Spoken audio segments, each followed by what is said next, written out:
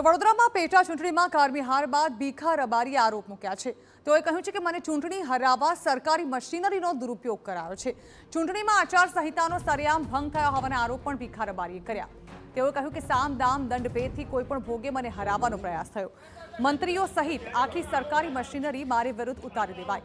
આચારસંહિતાના ભંગથી મને ભારે દુઃખ થયું છે। અને બધી રીતે આખી મશીનરી મારા વિરુદ્ધમાં કરી દીધી અને જે ભય પેદા કરી દીધો એ તો જવા દો, પણ આચાર સંહિતાનો સરેઆમ ભંગ કર્યો। ખેસ પહેરીને નીકળ્યા, ઢોલ નગારા, આ એમને જે કારસા કર્યા એને લીધે જે મારા મતદારો હતો મતદાન પણ ઓછું થયું, ગભરાઈ ગયા, માર્યા મારા કાર્યકરોને। એ કે આખા જે લોકશાહી રીતે ચૂંટણી લડવી જોઈએ લડી શક્યા નથી। મને ન્યાય મળ્યો નથી। એટલે જે આચાર સંહિતાનો ભંગ કર્યો છે અને મને ભારે દુઃખ છે। હું તો જનતાની વચ્ચે રહ્યો છું। મારી 50 વર્ષની કારકિર્દી આ વડોદરા શહેરની અંદર અને મારા મત વિસ્તારની અંદર મેં આપી છે, સેવાઓ આપી છે અને હું પણ મારા મરતા સુધી આ જનતાની હું સેવા કરતો રહેવાનો છું। તો કોંગ્રેસના આક્ષેપો બાદ ભાજપે કર્યો છે પલટવાર। ભાજપના મુખ્ય પ્રવક્તા ડોક્ટર અનિલ પટેલે કોંગ્રેસ પર નિશાન સાધ્યું છે। તેઓએ કહ્યું છે કે કોંગ્રેસ આખા ગુજરાતમાં ભૂસાતી જાય છે તેનું આ પરિણામ છે। પેટા ચૂંટણીમાં ઓછું મતદાન થાય તે માટે કોંગ્રેસે ષડયંત્ર રચ્યું હતું।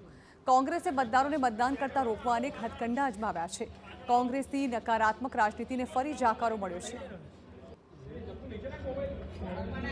નહીં ફક્ત માંજલપુર પણ આખા ગુજરાતમાં ક્રમશઃ ભૂસાતી જાય છે એનું આ એક પરિણામ છે।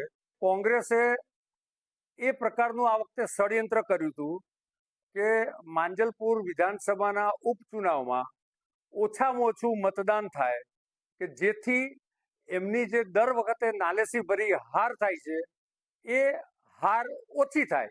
એટલે એમણે આખો દિવસ હલ્લાબોલ કર્યું, વારંવાર ગણસર કર્યું અને માંજલપુરના મતદારોને મતદાન કરતા અનેક પ્રકારના અટગંડા અપનાવીને રોક્યા। કારણ કે એમને મતદાન ઓછું થાય એમાં એમને પોતાનો રસ હતો।